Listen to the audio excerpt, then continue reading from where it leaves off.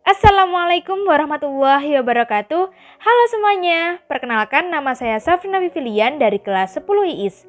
Pada kesempatan kali ini, saya akan membahas tentang nafza. Yuk ikutin terus. Apa sih nafza itu?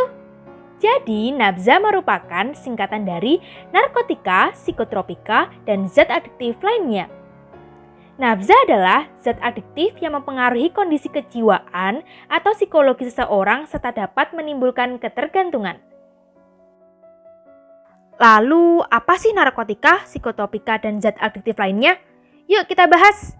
Jadi, narkotika merupakan zat atau obat yang berasal dari tanaman atau bukan tanaman baik sintetis maupun semisintetis yang dapat menyebabkan penurunan atau perubahan kesadaran, hilangnya rasa, mengurangi sampai menghilangkan rasa nyeri, dan dapat menimbulkan ketergantungan. Narkotika dibagi menjadi 3 golongan. Golongan pertama. Pada golongan pertama, narkotika hanya digunakan untuk tujuan pengembangan ilmu pengetahuan dan tidak digunakan dalam terapi, serta mempunyai potensi sangat tinggi mengakibatkan ketergantungan. Contohnya adalah heroin, kokain, dan ganja. Golongan kedua. Pada golongan kedua, narkotika berkhasiat untuk pengobatan dan sebagai pilihan terakhir dalam pengobatan. Pada golongan kedua ini, narkotika banyak digunakan dalam terapi dan untuk tujuan pengembangan ilmu pengetahuan serta mempunyai potensi tinggi mengakibatkan ketergantungan. Untuk contohnya adalah morfin dan petidin. Golongan ketiga. Pada golongan ketiga, narkotika berkhasiat untuk pengobatan, dapat digunakan dalam terapi, dan juga dapat digunakan untuk tujuan pengembangan ilmu pengetahuan serta mempunyai potensi ringan mengakibatkan ketergantungan. Untuk contohnya adalah kodein dan difenoksilat. Selanjutnya kita akan bahas tentang psikotropika.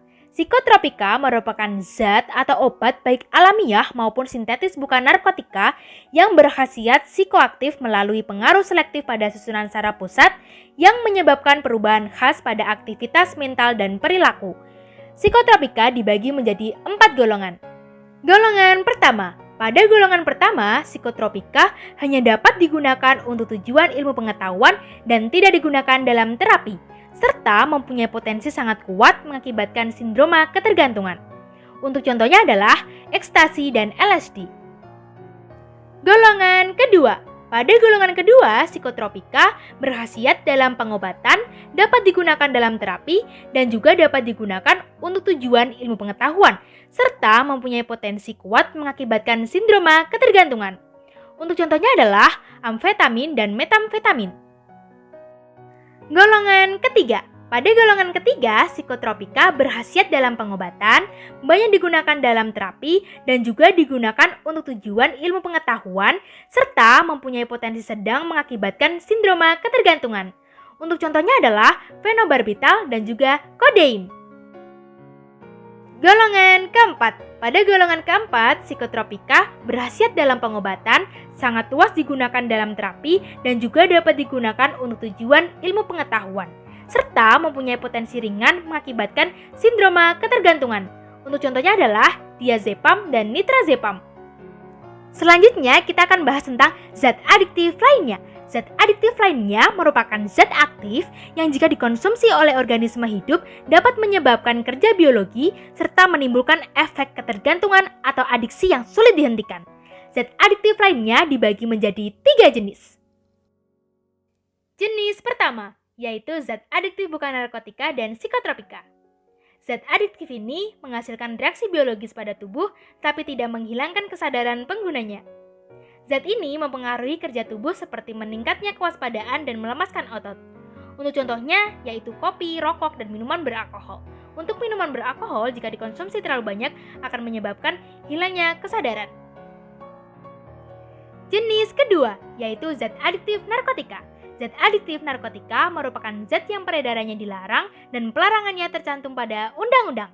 Zat ini jika dikonsumsi dapat menyebabkan penurunan, perubahan kesadaran, hilangnya rasa, menghilangkan rasa nyeri, dan menimbulkan ketergantungan yang parah.